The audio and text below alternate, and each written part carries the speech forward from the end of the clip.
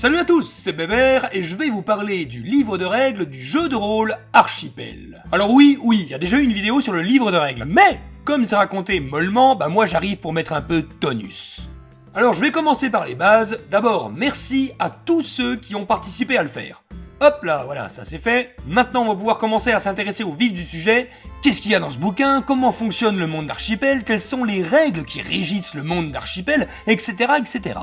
Alors on commence par une chronologie qui relate les dates les plus importantes. Ça peut être les guerres comme les alliances, tous les projets communs qu'ont fait ensemble les peuples d'Archipel pour le meilleur et pour le pire. Après on arrive sur une description détaillée des 4 races principales qui peuplent l'archipel, mais ça, il a déjà fait plein de vidéos dessus, donc je ne m'éternise pas.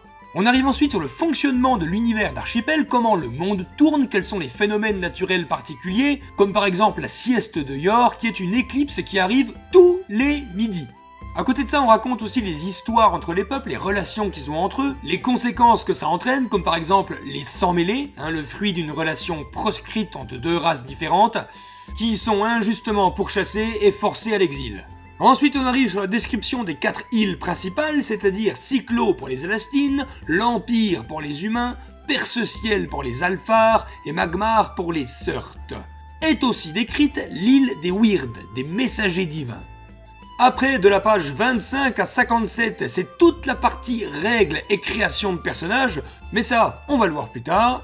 Après, on vient sur le chapitre de l'équipement. Alors là, il y a de tout, des armes, des armures, des sources de lumière du matériel de campement, de la bouffe, de la boisson, des animaux domestiques, des bateaux, des charrettes, tout. Dans le bouquin, il y a aussi pas mal de petites histoires qui racontent des anecdotes sur des PNJ importants, des situations particulières. Tiens, regardez, là c'est moi et ma pote Camille Striker.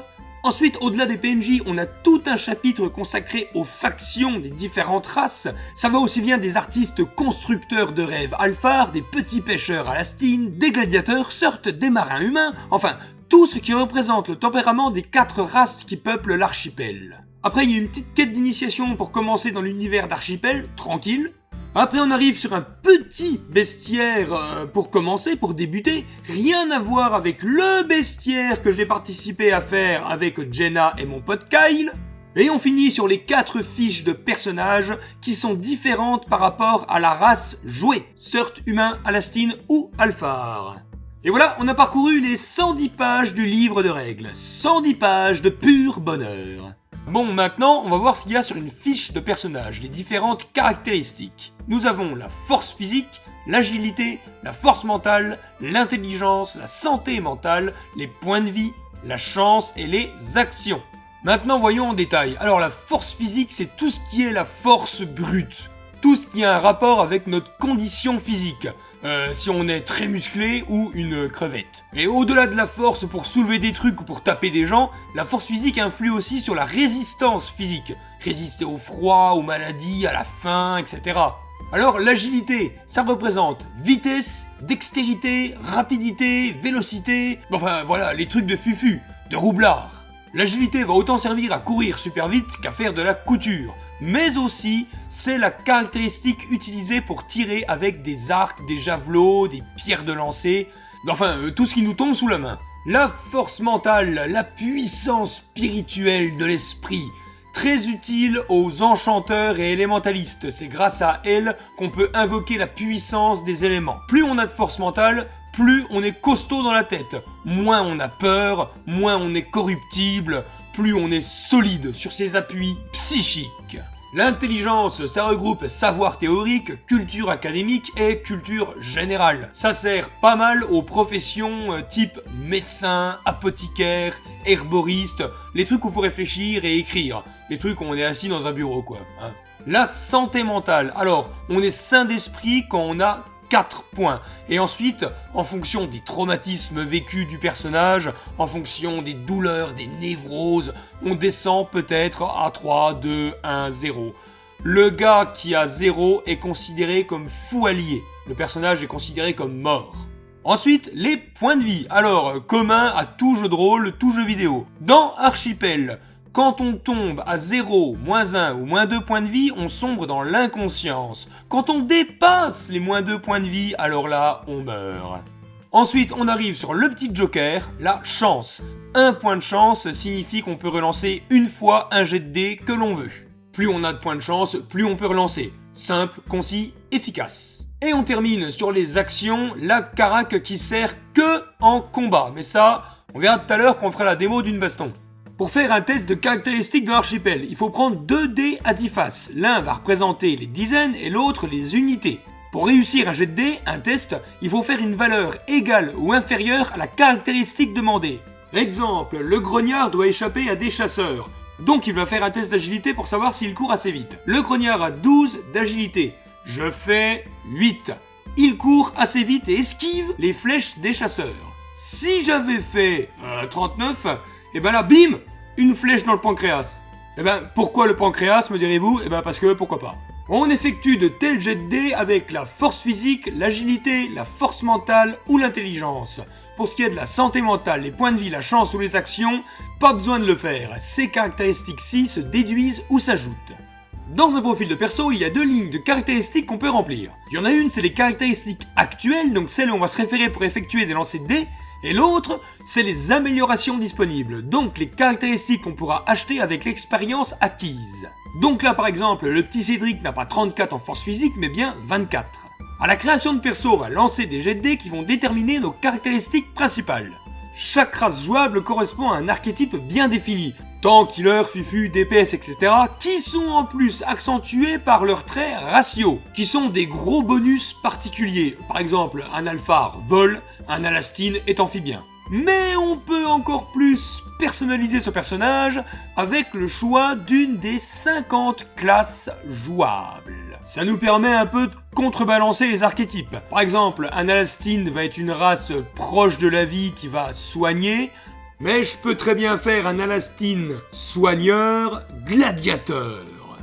Alors il y a des classes imposées en fonction de la race du personnage, mais il y a des classes que tout le monde peut choisir. Une fois qu'on a choisi cette petite classe, on note les talents et l'équipement. Vient ensuite un mécanisme de base directement inspiré de Pathfinder, la règle des repos longs et repos courts. Dans les repos courts, on se pose 1 heure, on boit un petit coup, on récupère un point de vie. Mais dans les repos longs, alors là, on dort, on mange, on recharge nos sorts, nos champs bardiques, nos incantations, nos tests de soins, on sauvegarde. On a trouvé le petit diamant bleu dans Tomb Raider. Version PS1. Bon et maintenant, démonstration de baston. Petite mise en contexte. Un brigand a quitté son clan et a donc fui l'Empire pour aller à Perce-Ciel. Malheureusement, sur Perce-Ciel, il se fait embrouiller par une guerrière alphar. Hop, pas besoin de plus. Début du combat. Donc, on commence par lancer un test d'initiative. Pour ce faire, on lance un des 10 et on ajoute la valeur du résultat à notre agilité. Le brigand fait 8 plus 30, donc 38. La guerrière alphar fait 4 plus 2, 46. C'est donc la guerrière qui commence. Elle voit l'humain dans sa forêt, l'humain n'a rien à faire dans sa forêt, elle va le défoncer. Elle utilise une action pour le charger depuis le ciel. 27 réussi. Moi, petit humain, je choisis entre encaisser, parer ou esquiver. Mais esquiver me coûte une action parce que je n'ai pas le talent esquive. Encaisser fait que je vais prendre des dégâts dès le début gratos, donc non. Et parer, avec la lance, j'ai un malus de moins 10. Je vais quand même tenter le coup. Ça fait descendre ma force physique à 23 et je fais 92. Je trébuche sur une racine. Je me tape un tronc d'arbre et je manque de me planter le poignard dans le bide. 92 sur 100, très mauvais jet de dés. Donc la guerrière effectue les dégâts de sa lance qui équivalent à 1d6 plus 2. Elle lance le dé, 3 plus 2, 5. Ah, 5 moins 1 parce que j'ai une armure, 4. Ce qui m'amène à 8 points de vie. La guerrière a encore 2 actions, elle m'attaque de nouveau. Elle fait un test de force physique, cette fois 67 pour 40. Elle me rate, là il lui reste plus qu'une action, donc normalement c'est bien de garder une action pour parer ou esquiver, mais étant donné qu'elle a le talent esquive, la première esquive est gratuite. Je choisis donc d'attaquer une 3e fois. Je lance les dés, et cette fois c'est du 31 pour 40, ça passe. Moi, en tant que coupe-jarret, j'ai plus qu'une action, j'aimerais bien lui faire un peu de dégâts à mon tour, j'encaisse, en espérant qu'elle fasse pas beaucoup. Elle fait 1 plus 2, 3 moins 1, 2, donc je suis pas mal, je suis à 6 points de vie sur 12. je suis à midlife. La guerrière a plus d'action, elle a fini son tour, c'est au coupe-jarret. Alors, coupe-jarret, très simple, j'ai plus qu'une action. Je me jette à corps perdu sur ce gros pigeon avec mon petit poignard et je tape. Je fais 75 pour 33. Bon, je rate, mais là je suis désespéré. J'utilise mon seul et unique point de chance et je fais cette fois 14. Ça passe. Elle va tenter d'esquiver, car elle a plus d'action, mais vu qu'elle a le talent esquive, il est stipulé que la première esquive est gratuite. Elle lance donc les dés en se référant à son agilité. Allez, 58, c'est raté. Elle aussi, elle crame un point de chance. 45, c'est raté de peu, mais c'est raté. Mon poignard passe. Je lance les dégâts de mon poignard et je fais 5. 5 plus 1, 6. Et bien que la guerrière n'a pas d'armure, le trait racial ailé leur octroie 1 d'armure naturelle. Et ouais, les plumes des alphares sont très résistantes. Donc 6 moins 1, 5. Elle descend quand même à 6. On est au même niveau. Mais je vais arrêter cette démo de combat, vous avez vu le principe. C'était Bébert, à la prochaine tout le monde!